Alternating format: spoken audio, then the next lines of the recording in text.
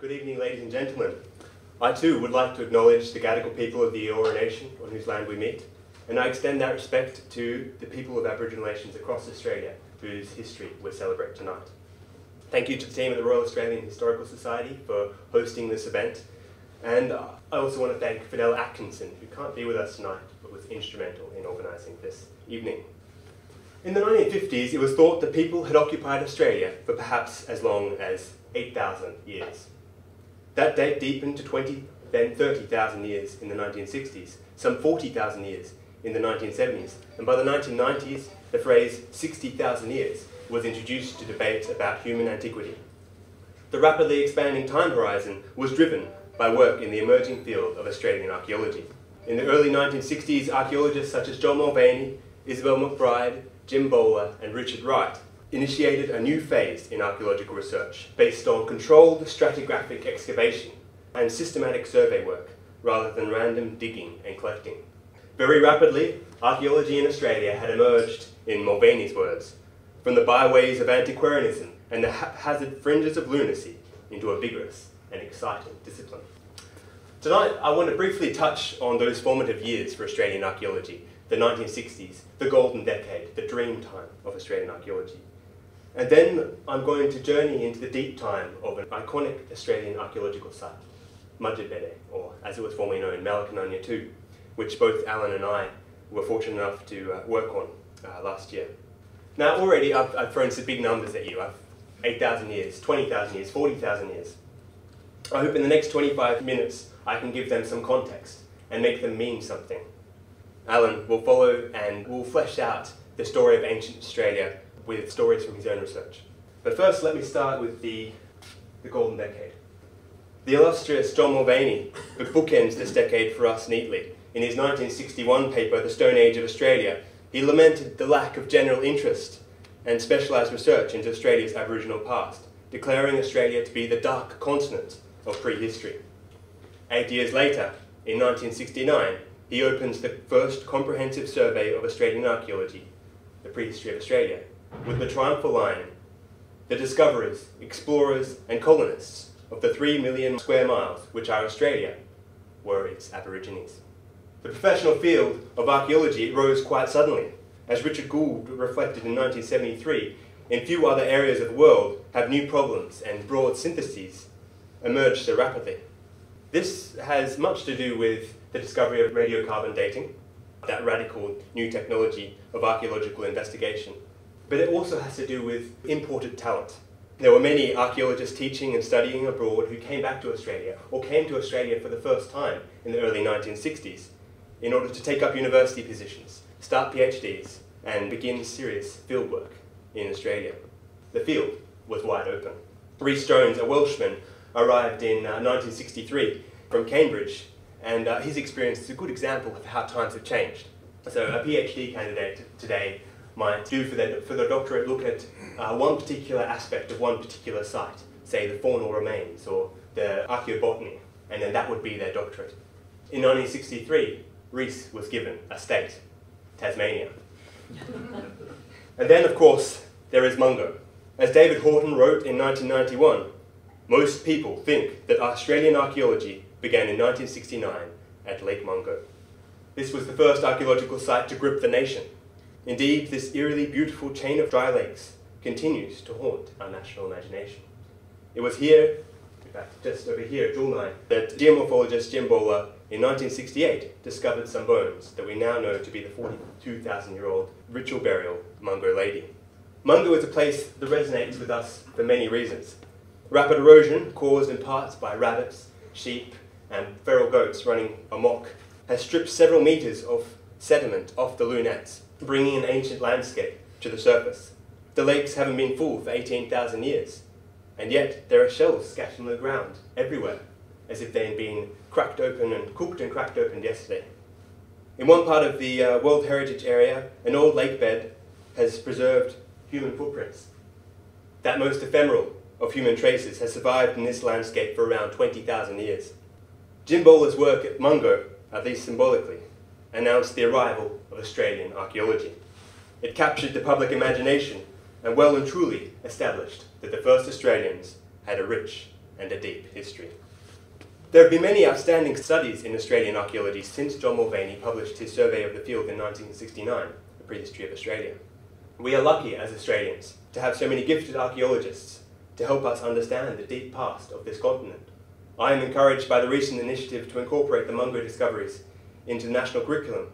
I welcome initiatives such as this one, a National Archaeology Week, and programs such as the 4-part ABC documentary series, First Footprints, which seek to explain and periodise that deep history for the general public. Yet still, I feel that too few archaeological sites capture the public imagination in the same way that Mungo has. And too often is the Aboriginal occupation of this continent explained away in a sentence, a page, or paragraph. Tonight, I will tell you the story of Madjedbebe, or as it was formerly known, Malakunanja II.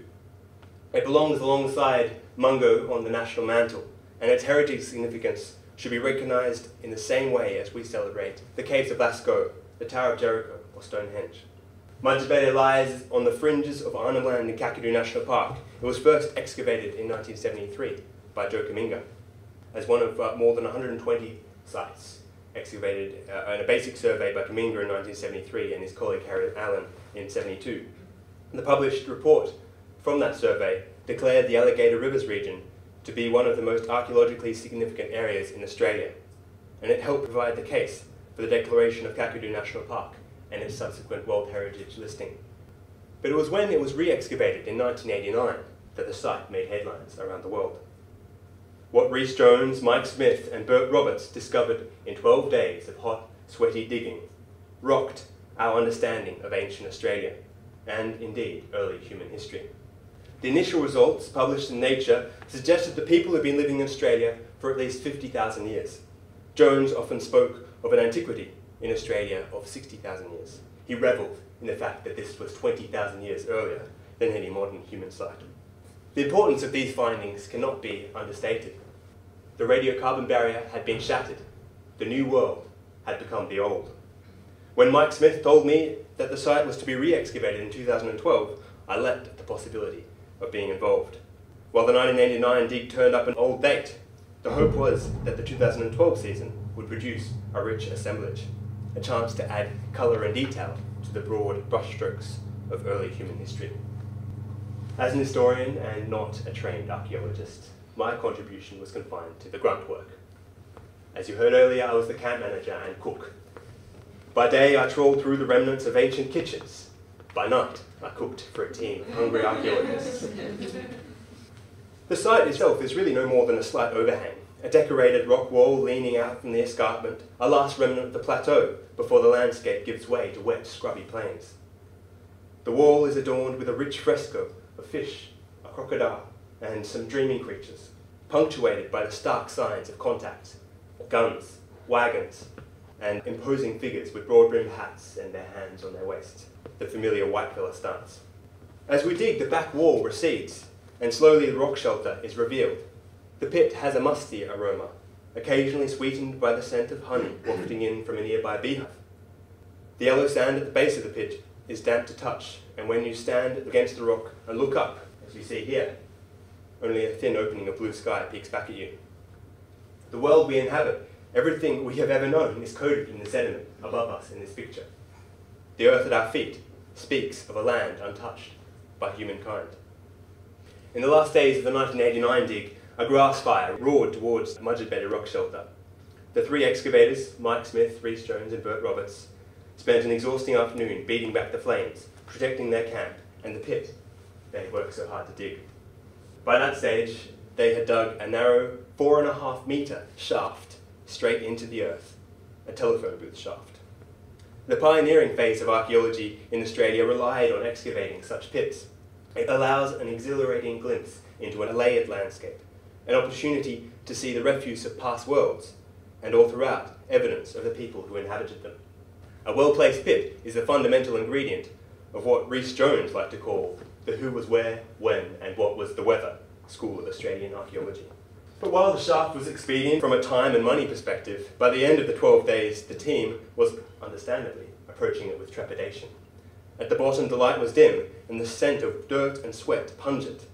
A long ladder leaned against one of the walls, an enormous rock hung ominously over the edge of the pit at the top, mocking the flimsy plastic hard hats that the excavators wore. The great virtue of the shaft was that it extended well into sterile deposits. From the base of the pit, with torch in hand, they could study the land before human impact. The oldest dates at the bottom, around 110,000 years ago, told of naturally changing sand aprons, made of different quantities of fluvial sediments and wind-blown sand.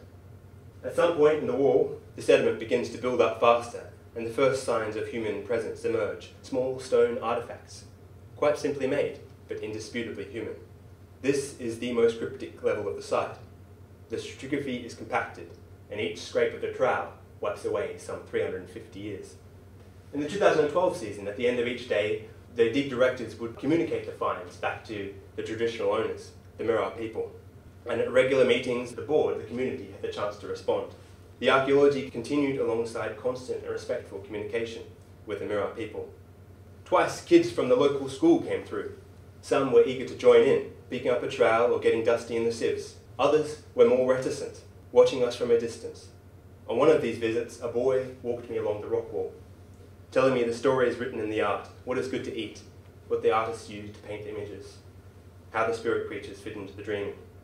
Within the community, my 12-year-old guide is known as Old Man. I look at that same wall and I experience the deep past with a sense of distance. What I see is a fascinating and unfamiliar other world. But we live beside a first people, historian Greg Denning reminds us, who experienced the deep time more immediately in their daily lives. We are bound together with a people who catch their identity in the aboriginality of that deep time. These are a people who find a continued identity in the discontinuities of culture and living. While there is a strong sense with Madjedbebe that we are standing at the cusp of a watershed moment, establishing something new and certain about the authenticity of a site, we are also part of a continuum of human interaction. We are rummaging around in the dirt to establish what the Mirarr feel in their bones. They have always been here. So this brings me to the challenge I posed at the beginning. When it comes to time, what does 50,000 years mean? And how is that different from 40,000, or 30,000, or 10,000 for that matter? There is a gee whiz element to any dates that transcend our ordinary understanding of time as lived experience. The dates become numbers, and aside from being a long time ago, they are hard to grasp imaginatively. Just the other week, I was out in Lake Mungo talking about this with Richard Minton, the executive officer of the Whitlam Lakes Region World Heritage Area. And he was telling me how his team tries to put the story of Lake Mungo in context for visiting school groups. They have this activity where the teacher goes out with a trundle wheel outside and measures a large loop around the oval, with each metre marking 100 years in time. Then, together, the class steps out the 50,000 years that people have been in the Whitlam Lakes region. After 2 or 3 steps in the sand, they have moved beyond the European occupation of this continent. After 50 metres, they talk about the pyramids and the ancient civilizations of Egypt. After 180 metres, they talk about the last time the lakes were full and what that meant for the people and animals who lived in Mungo. It's a simple exercise, but it helps us to grasp, imaginatively, large sweeps of time. If I were to walk a timeline of human history, I would begin around 170,000 years ago, with the emergence of anatomically modern Homo sapiens. Human evolution, of course, has a far greater antiquity. At least 3.5 billion years have passed since the origin of life, some 7 million years or so since our lineage split with that of the chimpanzee, and around 1.8 million years since our cousins, the wanderlusting Homo erectus, first ventured out of the wide plains and rift valleys of Africa to spread around the world. Most likely our direct ancestors, modern humans, migrated by foot out of Africa in a single exodus around 70,000 years ago. As you can see here, they hugged the coast along the Arabian Peninsula and into India, where there was a population expansion. Some groups moved rapidly south into Southeast Asia and Australia, and others meandered north into Asia and northwest back into Europe. Along the way, they met their cousins and slowly came to replace them. The Earth was a different place when Homo sapiens charged southwards. The ice caps bulged and today's shallow seas were dry. A great plain connected northern Australia and New Guinea. Tasmania was latched to mainland. This giant landmass is known as Sahul. People knew about Australia before they saw it. Smoke billowing above the sea spoke of a land that lay beyond the horizon. A dense cloud of birds traversing the Trans-Siberian Flyway from the south in March and returning in October each year may have pointed the way. but the first voyagers were sailing into the unknown. It's still a matter of debate whether these first Australians were adventurers or castaways. Our next speaker, Alan Williams, has made a significant contribution to this debate with his work on populations. Using his database, he argues that the founding population of Australia could have been up to 2,000 or 3,000 people, suggesting that Australia was colonised by skillful voyagers over successive generations, and not a pregnant woman on a raft. I dwell on the Out of Africa story because the findings at Madjedbebe give form to this debate. The colonisation of Australia was no small feat. It required the traverse of a passage of water more than 100 kilometres wide to a land where no hominid had roamed before. It was a major event in human history, and it helps us to understand how and when people like you and I colonised the globe. The endless debates surrounding when modern humans emerged and dispersed around the world ultimately come to rest when people arrived at the southernmost extremity of that migration. Madjedbebe becomes the key date. In the words of psychologist-archaeologist duo William Noble and Ian Davidson, archaeologically, this is the earliest evidence of modern human behaviour. Some 50,000 years ago, people made it to the Madjedbebe rock shelter on the Jabiluka escarpment. By 35,000 years ago, they inhabited Australia's centre, had travelled to the southern extremities of Tasmania, and had penetrated into the icy heart of Europe. By 20,000 years ago, they had crossed the Bering Strait into North America, and by 10,000 years ago, they had reached the southern tip of South America. These people endured some of the great climatic events of the last ice age. When people first started visiting Madjedbebe, the climate was mild and stable. They camped in a wooded valley with a river nearby. Around 35,000 years ago, things changed for the worse. The global temperatures cooled and the sea to the northeast receded as more and more of it became locked up in the polar ice caps. The woody vegetation of the valley declined, and fresh water became scarce. 18,000 years ago marked the peak of the last glacial maximum. It was a time of extreme aridity. Temperatures dropped by around 6 degrees Celsius. Strong winds caused huge sand dunes in central Australia to become active, moving across the interior. The monsoon failed for nearly 20,000 years in the tropical north. The sea had retreated, leaving the shelter 300 kilometres inland. Then came the flood. We learn of it in daubs of air, in ice and sediment, in coastal maps and shoreline graphs, in oral history and dreamtime stories. It tells of the most dramatic change yet to face the first Australians. Between 17,000 and 7,000 years ago, the extended polar ice caps melted, and the sea level rose by around 150 metres. At its most rapid rate, between 13,000 to 11,000 years ago, the poorly vegetated Arafura Plain retreated into the ocean at the rate of 1 metre per week. That's 110 kilometres in 2,000 years. With every tide, the sea advanced further. About 6,000 years ago, the sea level stabilised. Mainland Australia looks much as it does today. Close to 3 million square kilometres of land around the margins of the continent had been flooded. The loss for those who survived it must have been immense. Vast territories, invaluable resources, and sacred features would have been submerged in the flood.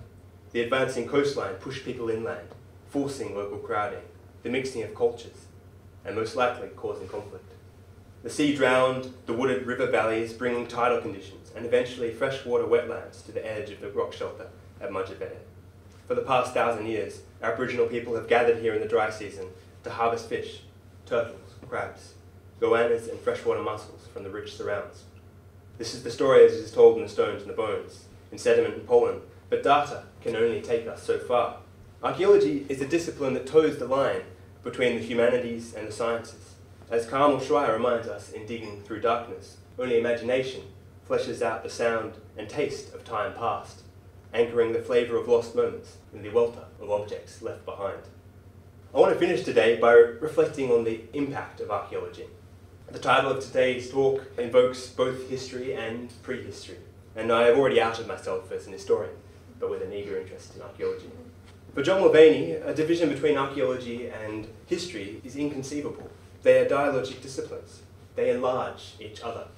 But there is one distinction that John has talked often of in his career, and which Greg Denning remembers as early as 1955 when he was taking a course under John Mulvaney.